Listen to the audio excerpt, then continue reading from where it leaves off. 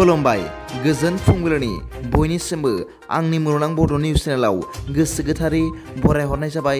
आसा खालामो नोंथांमोनहा गासैबो मोजाङै दं। बे समाव आं नोंथांमोननि सिगाङाव फुंबिलिनि मोननैसो खौरां लाना फैलायबाय। अन्नानै भिडिअखौ स्किप खालामाजासे जोबजासिम नायलांदो।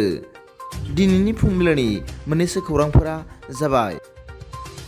गिबि रादाबाव दं बिमानि खर' खावखाग्रा जियानो अबथिरा जिउ फोजोबबाय सासे हौवासाखौ।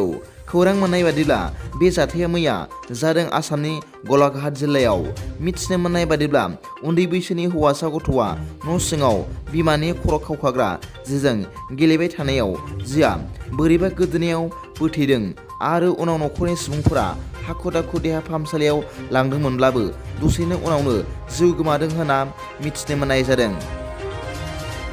नैथि रादाबाव दं मैया आगुनि बिटिसिनि गाहाय मावफुं सोद्रोमा मानाव गेदेर हाग्रामा महिलारि बिथाङा खौरांगिरिफोरनि सिगाङाव फोरमायदों दि जों बारनाय लामाजों फैनानै उदालगुरियाव प्रमद बर'आ बुंफैदों दि 17 बोसोराव बिपिएफआ जेबो हाबा मावाखै होननानै।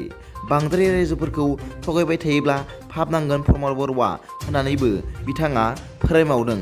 लोगोसे बिथाङा फोरमायबावदों दि 3 बोसोराव प्रमद बर'आ जेबो जौगानायनि हाबा मावनो हायाखै। थामथि रादाबाव दं बिटिआरनि गाहाय मावफुं सोद्रोमा मानाव गेदेर प्रमद बर' बिथाङा हरखाब गोथौ दुखु जादों। खौरां मोननाय बादिब्ला भारत सरकारा क'क्राझाराव थानाय साइ सेन्टारनिफ्राय जोलुर आरो काबादि खेलाखौ बोखारनानै लांफिनबाय। बिनि थाखायनो बिथाङा गोथौ दुखु मोननाय फोरमायदों। बिथाङा खौरांगिरिफोरनि सिगाङाव फोरमायदों दि क'क्राझार साइ सेन्टारनिफ्राय जोलुर आरो काबादि खेलाखौ बोखारनानै लाबोफिननाया जोबोद दुखुनांथाव आरो गोरलैयै नाजावथावै जादों होनना फोरमायदों। फारसेथिं बेबादि मोनसेनि उनाव मोनसे बिटिसिनि सुबुं सम्पदनि फुंखाफोरा खहा जाबाय थानायखौ नोजोर बोनानै बिटिआरनि रायजो राजाफोरनि गोसोआव गोनो गोथो आरो गिखांनाय सौफैदों होनना मिथिनो मोननाय जादों। ब्रैथि रादाबाव दं गुवाहाटि नोगोरमानि सुरुसुजाय स्टेडियामा जोंखांदों बिहु मोसाखावरिफोर आरो दुला दामगिरिफोरजों। मिथिनो मोननाय बादिब्ला फैगौ 14 एप्रिल खालारखालि भारतनि गाहाय मन्त्रि नरेन्द्र मदिया फैगोन होनना मिथिनो मोननाय जादों।